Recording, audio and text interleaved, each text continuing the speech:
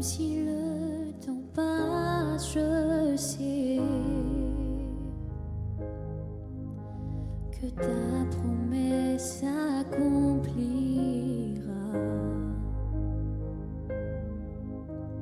Je veux me confier à toi, car tu es le roi des rois. Ta douceur et amour se manifestent en moi.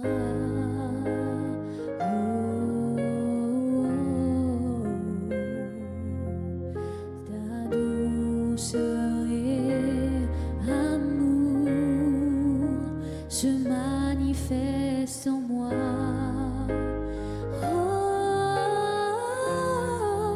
C'est ton amour qui me soutient, lui qui me relève, qui me donne la paix et la sécurité.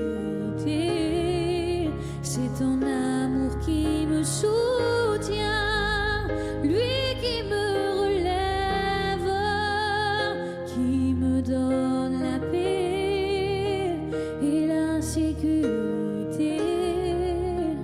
Et de ce qu'il viendra, toi tu as le contrôle, jamais tu perds le contrôle.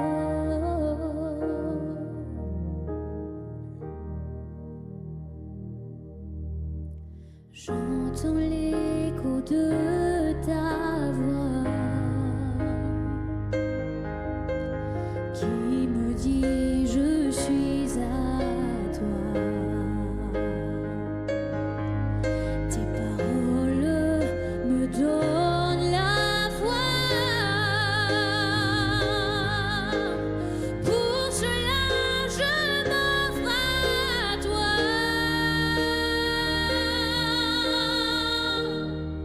C'est ton amour qui me soutient, lui qui me relève, qui me donne la paix et la sécurité.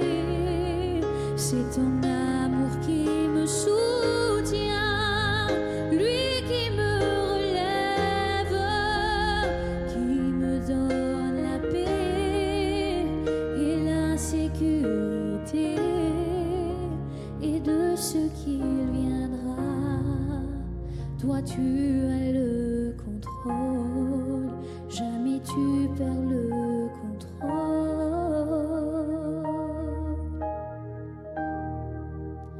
Et de ce qu'il viendra, toi tu as le contrôle, jamais tu perds le contrôle.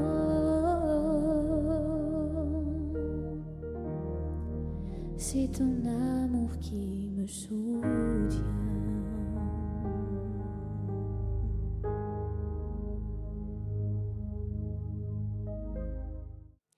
Bonjour à toutes et à tous, c'est votre frère Chris. J'espère que vous avez passé une bonne semaine et que vous allez bien. Aujourd'hui, avec le pasteur prédicateur James Franchito, nous allons approcher un thème ensemble.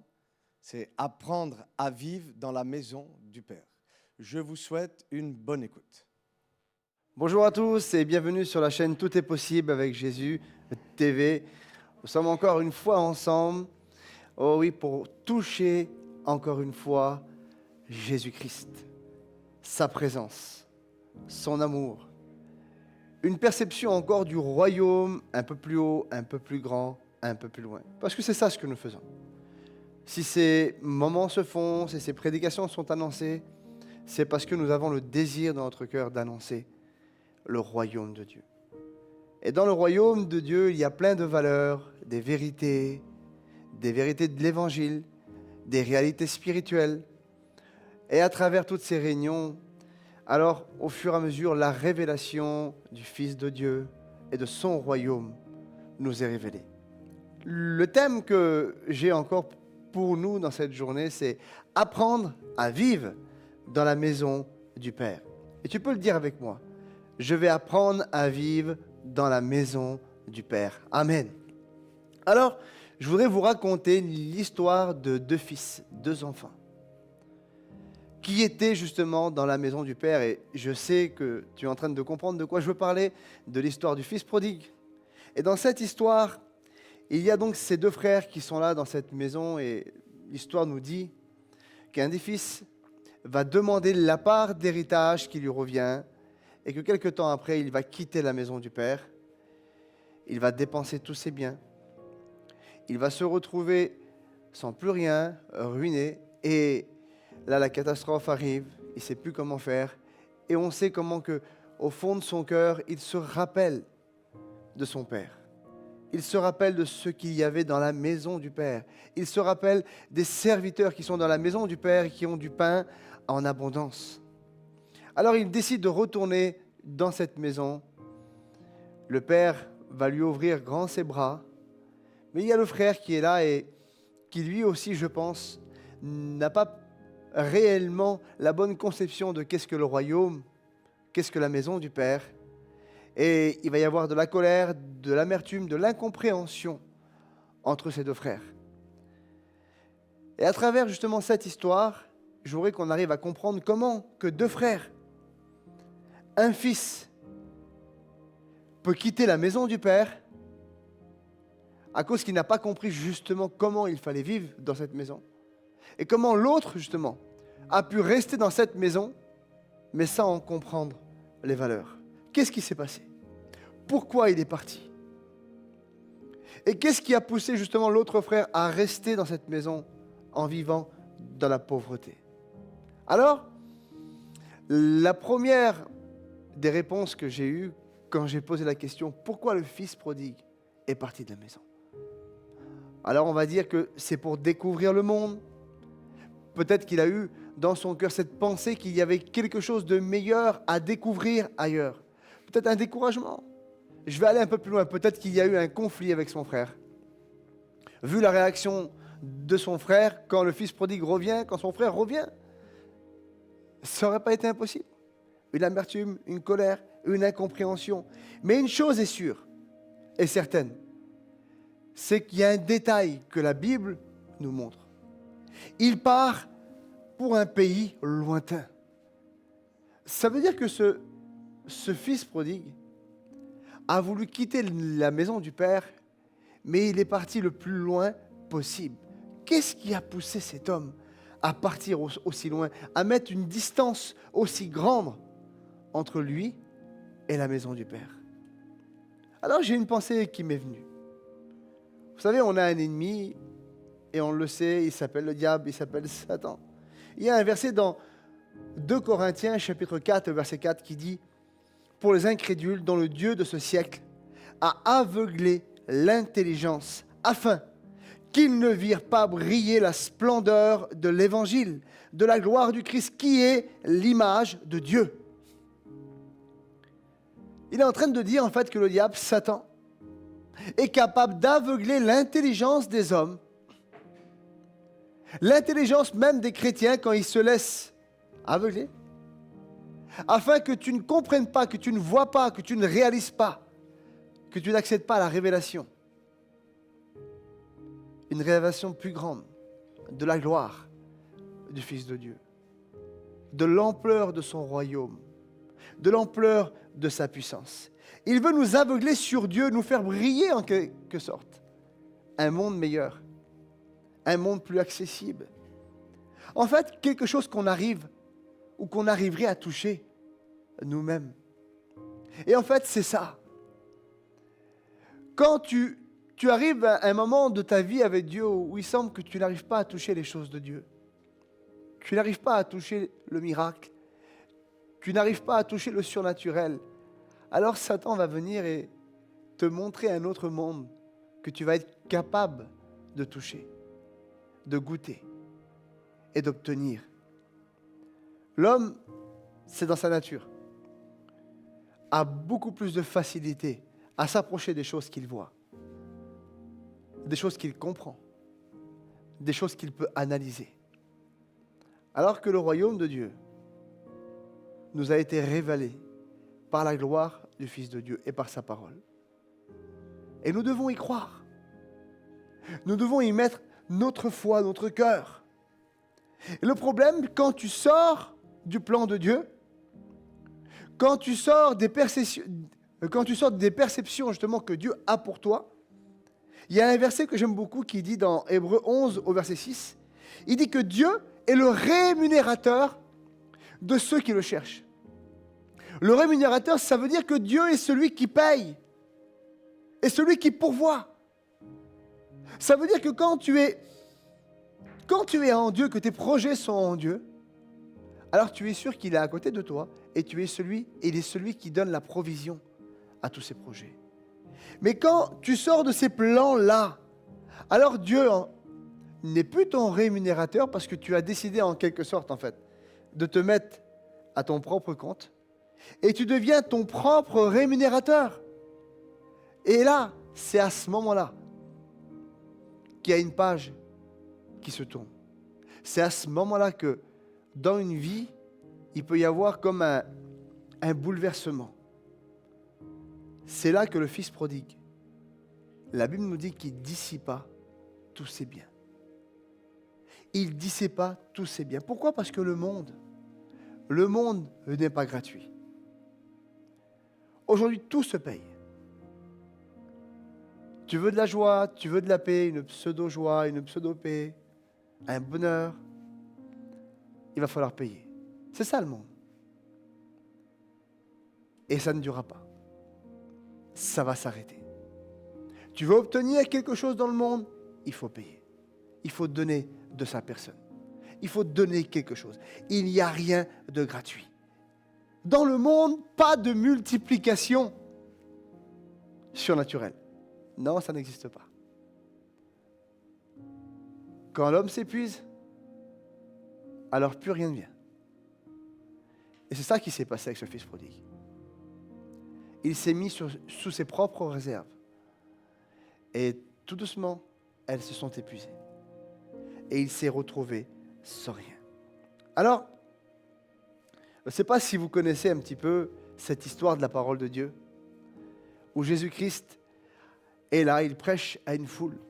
Et là, il y a une multitude de personnes qui sont là. La Bible nous parle de 5000 personnes, sans compter les femmes et les enfants. Et là, il y a un problème. Il est tard, le jour est avancé, et ces personnes n'ont pas mangé. Et humainement, en fait, même les disciples, ils disent renvoie-les. Mais Jésus est le Dieu de la multiplication. Pourquoi ? Parce que les réserves en Dieu ne s'épuisent jamais. Alors il va faire quelque chose. 5 pains, 2 poissons. Un cœur qui cherche Dieu. Un cœur qui comprend que Dieu est le rémunérateur va s'approcher de Jésus-Christ. Et à ce moment-là, 5 pains, 2 poissons. Jésus va prier. La Bible nous dit que les 5000, sans compter les femmes et les enfants, ont été nourris, ont été rassasiés. La nourriture se multipliait et se multipliait. Une bénédiction abondante qui ne s'arrêtait pas. Voilà le Dieu que nous avons. Voilà le Dieu que tu as. Voilà comment est la maison du Père. Voilà ce que représente la maison du Père. Personne n'est laissé de côté. Personne n'est abandonné. Pour ceux qui dépendent de Dieu. Pour ceux qui dépendent de sa grâce. Pour ceux qui dépendent justement de cette œuvre merveilleuse en Christ. Alors, ne dis pas c'est pas pour moi. Ne dis pas ça ne me concerne pas. Parce que je pense que spirituellement, la maison du Père, elle représente véritablement notre vie, notre royaume, et pas notre petit royaume personnel que nous avons dans le monde. On essaie de se bâtir un petit royaume. Non. Je parle d'un royaume plus vaste. Celui que Christ veut te révéler. Celui dans lequel tu dois apprendre à vivre jour après jour. À découvrir journée après journée. Depuis que j'ai rencontré Jésus, chaque jour, je découvre une portion de ce royaume. Et souvent, ça a été une portion que je ne connaissais pas, même que j'avais niée. Je disais, cette portion du royaume n'existe pas, elle ne fait pas partie du royaume. Combien d'idées reçues. Et pourtant, jour après jour, le Seigneur me fait découvrir justement un royaume plus vaste, un royaume plus grand, de gloire en gloire, de puissance en puissance, d'autorité en autorité. En fait, cette histoire-là nous révèle simplement en réalité un fils vivant comme un serviteur dans la maison du Père et pas comme un fils. Pas comme un fils qui vit au bénéfice justement du royaume. Pas comme un fils qui vit au bénéfice justement de sa grâce, mais qui se met à son propre compte. Trop d'hommes aujourd'hui sortent du bénéfice de la grâce de Dieu pour se mettre à leur propre compte. Compter sur eux, sur ce qu'ils savent, sur ce qu'ils connaissent, sur ce qu'ils pensent, sur ce qu'ils croient.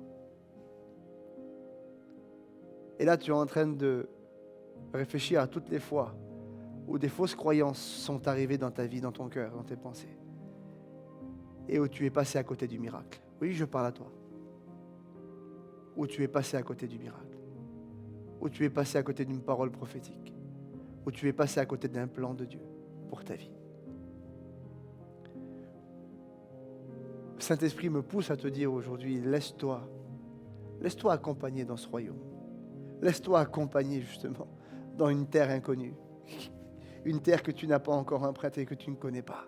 La maison du Père est tellement vaste. L'homme est sans ressources, mais Dieu est tout-puissant. Et ses limites ne s'arrêtent jamais. En fait, quel dommage. Quel dommage d'être son propre rémunérateur, alors que tu es fils de Dieu. Moi, je réalise qu'en étant un fils de Dieu, simplement, j'ai tout simplement à me mettre sous la source. Parce que je suis héritier et co-héritier. Est-ce que je l'ai mérité? Non. Est-ce que je suis meilleur que les autres? Non. Est-ce que je suis plus intelligent que les autres? Non. Je suis simplement fils dans la maison du Père. Est-ce que mon fils a besoin de mériter d'ouvrir le frigo chez moi? Non. C'est mon fils. Il rentre dans la maison, il ouvre le frigo et il se sert. Trop de chrétiens se privent justement de toutes ces choses-là. Mais quand la famine arrive, et c'est ce qui est arrivé pour ce fils prodigue, quand la famine frappe, quand les véritables épreuves frappent, et je ne sais pas si ça vous dit quelque chose à vous, mais moi je pense à toutes les personnes justement qui avaient pris de la distance avec Dieu, toutes les personnes justement qui avaient décidé de se laisser influencer ou qui se sont laissés aveugler par l'ennemi avec une nouvelle perspective d'avenir, des projets qui ont décidé de devenir justement avec leurs pensées, leurs idées, d'accomplir leurs plans, leurs projets. Et le Covid a frappé. Toutes ces personnes-là qui avaient des projets, qui avaient pris de la distance avec Dieu, qui étaient devenus leurs propres rémunérateurs. Et là, la famine frappe, l'épreuve frappe. J'ai vu, moi, des chrétiens tomber dans l'angoisse, tomber dans la peur, tomber dans la solitude, tomber dans l'échec, tomber dans la dépression. Des chrétiens qui n'étaient plus du tout conscients du royaume que Dieu avait établi dans leur vie. J'ai vu des chrétiens effondrés, à terre, sans ressources, parce qu'ils croyaient qu'ils n'avaient plus aucune ressource. Quel dommage. Pourtant, ils avaient juste à côté d'eux. Ils étaient simplement à une distance, et parfois à la distance d'une prière, la distance d'un mot, avec foi, comme une graine de sénévé, qui est capable de ôter une montagne Quand tu es dans cette position-là, alors tu es comme aveuglé, En fait, tu n'as plus cette vision du tout est possible. Cette vision où justement où rien n'est impossible à Dieu. Cette vision où toutes les perspectives en Dieu sont possibles. Et je voudrais que tu reprennes cette vision aujourd'hui. Je voudrais qu'au fond de ton cœur, tu puisses dire non, aujourd'hui, ce n'était pas pour moi. Aujourd'hui, je ne suis pas un faible. La maison du Père, elle n'est pas fermée. Aujourd'hui, le ciel a été ouvert pour ma vie. Ce fils prodigue en est arrivé tellement bas. Écoutez ce qu'il va dire. Il va dire, j'aurais bien voulu me rassasier des carouges que mangeaient les pourceaux, que mangeaient les cochons. Il aurait bien voulu se rassasier de la nourriture que mangeaient les cochons, les porcs. Mais il dit, on ne voulait pas m'en donner. Arriver à une telle mendicité, devenir un mendiant alors que tu es héritier. Je ne sais pas si vous voyez à quel point nos fausses croyances, nos idées et l'aveuglement qui peut tomber sur nos vies peut nous amener d'héritiers à mendiants. Ah, aujourd'hui, tu n'es pas un mendiant, tu es en Christ. Je déclare que tu sors de la mendicité, mais tu commences à rentrer dans ton héritage et dans la puissance justement que Dieu t'a donnée.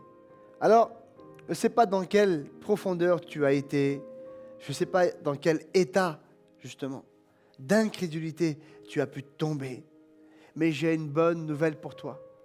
La maison du Père est toujours ouverte. Ah oui, la maison du Père est toujours ouverte et elle ne se referme pas.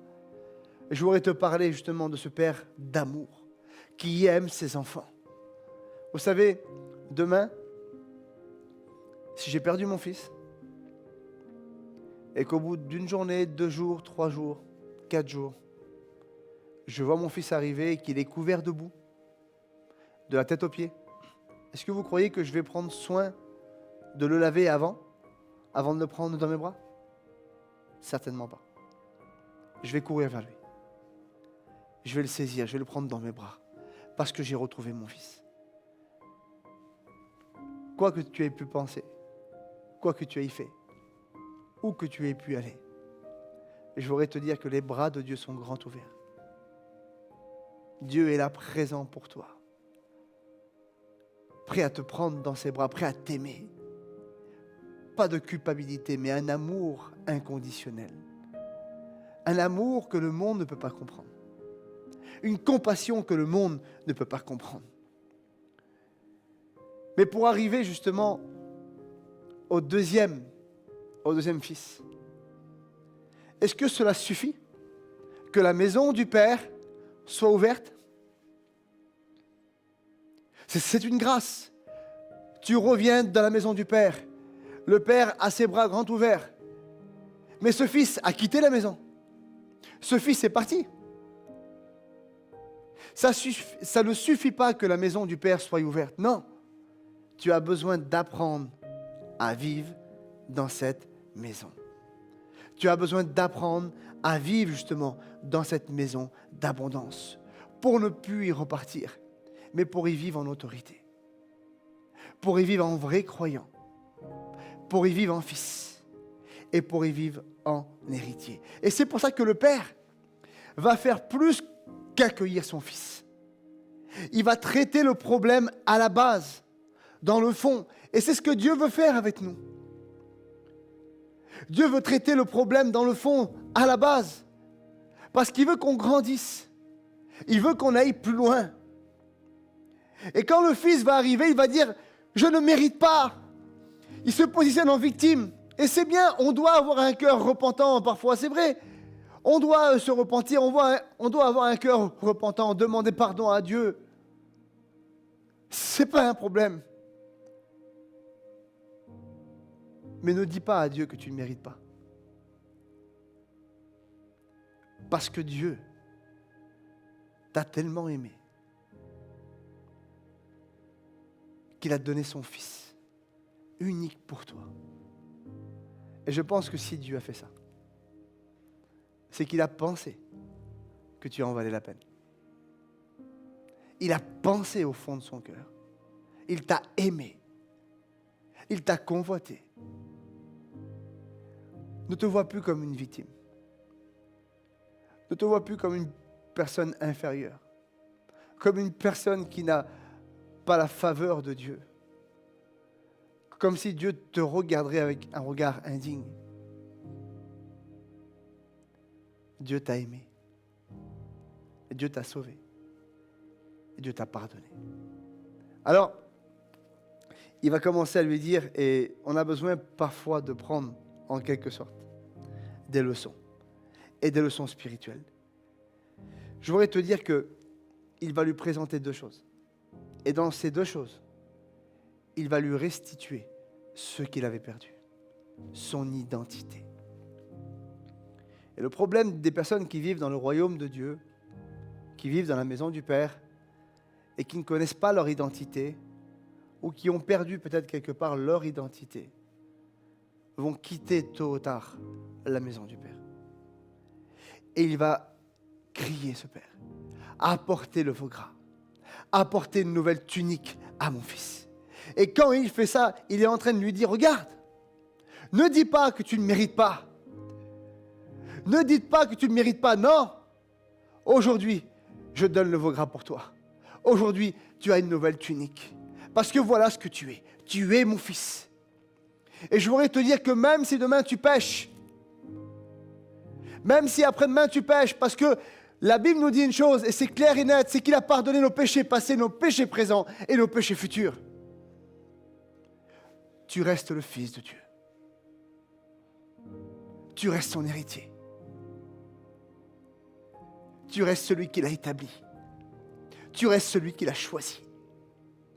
Et tu restes celui qu'il a envoyé. Alors, je pense que quand Dieu lui révèle ça, quand Dieu lui restitue cette identité, je pense que dans son cœur s'éveille une compréhension qui va l'amener justement à vivre ce qu'il n'avait pas vécu, à comprendre des réalités spirituelles qu'il n'avait pas compris. Et moi, je vous dis, il y a des fois où dans ma vie, je me suis privé de choses, où je n'avais pas compris certaines choses. Et quand j'ai compris ça, j'ai dit, Seigneur, c'est pas possible qu'à côté de moi, il y avait tant de merveilles, tant de possibilités, et je m'en suis privé. J'ai été aveuglé. Alors, pourquoi je dis ça aujourd'hui? Parce que dans cette maison, il y avait un vrai problème identitaire. Un vrai problème d'identité. Les deux fils, en réalité, ne savaient pas qui ils étaient. Parce que quand le fils prodigue revient, il y a cette incompréhension, cette colère, justement, du frère aîné. Il ne comprend pas. Parce que lui, il est dans la maison. Et son père ne tue pas le veau gras. Il ne fait pas appel à une nouvelle tunique. Et il y a une jalousie qui vient. Vous savez, des fois, on a besoin de prendre des claques spirituelles. Il y a des fois, on a besoin de prendre des leçons spirituelles. Et c'est ça qui nous fait évoluer et grandir. Et quand il va commencer à crier un petit peu avec son père va lui dire quelque chose. Et qui, je pense, est une révélation. Mon fils, tu es tous les jours avec moi. Et ce qui est à moi est à toi. Ce qui est à moi est à toi. Et là, il est en train de se rendre compte. J'avais pas besoin de te donner une nouvelle tunique. J'avais pas besoin de tuer un veau gras. C'était à côté de toi. Tu pouvais le faire. C'était à toi. Il vivait juste à côté des richesses. Et pourtant, il vivait en pauvreté de vie. Alors, je voudrais aujourd'hui faire cet appel à toutes les personnes qui vivent dans le royaume de Dieu. Vous savez ce qu'on m'a appris à moi? J'ai vécu pendant des années où on m'a dit petit chrétien, faible chrétien. Un chrétien n'est pas riche, un chrétien n'a pas d'autorité, un chrétien va vivre des épreuves sur la terre toute sa vie entière. Il ne sera jamais heureux sur la terre. Il n'a aucune possibilité. En fait, le royaume de Dieu sur la terre, il était impossible. La seule espérance qu'on avait, c'était de vivre le royaume de Dieu dans le ciel. On m'avait expliqué ça. Et ça m'avait fermé un nombre de possibilités incroyables. Et un jour, Dieu m'a dit comme à ce fils aîné, la maison est ouverte. Ce qui est à moi est à toi. Alors, qu'est-ce que je dois faire aujourd'hui? Je dois commencer à briser ce mensonge que l'ennemi a mis dans ma vie.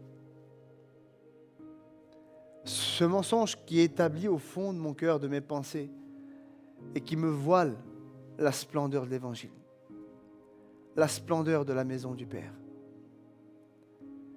Je veux commencer à briser ces mensonges dans ma vie et commencer à déclarer qui je suis. Et je voudrais que tu répètes après moi, tout simplement. Je suis fils de Dieu, investi d'une autorité, héritier du royaume de Dieu, co-héritier avec Christ. Christ m'a envoyé pour vivre sur la terre dans son royaume, mais pour proclamer aussi son royaume. Et aujourd'hui, je brise toute fausse croyance dans ma vie. Aujourd'hui, je veux briser toute fausse croyance qui a été fondée et établie par l'ennemi dans ma vie. Aujourd'hui, je déclare que je vais apprendre à vivre dans la maison du Père. Aujourd'hui, je déclare que je vais commencer maintenant, oui, oh oui Jésus, à découvrir un royaume plus vaste, un royaume plus grand. Aujourd'hui, je déclare que je suis capable, parce que Christ m'a établi. Christ a déposé dans ma vie un plan, un projet, de vivre, oh oui, par lui, en lui et pour lui. Je déclare dans le nom de Jésus qu'il est mon rémunérateur, que c'est lui qui pourvoit, qu'il est ma provision. Oh oui, dans le nom de Jésus, je le déclare. Merci pour toutes les personnes, Seigneur, qui entendent ce message. Merci pour toutes les personnes, Jésus. Je déclare qu'une repentance commence à se faire, mais pas une repentance de pauvreté spirituelle. Une repentance qui nous amène à vivre pleinement dans la volonté du Père. Je déclare maintenant dans le nom de Jésus, oh oui, qu'un feu puisse tomber sur ta vie et consumer toute chaîne, toute peur, toute colère, toute amertume.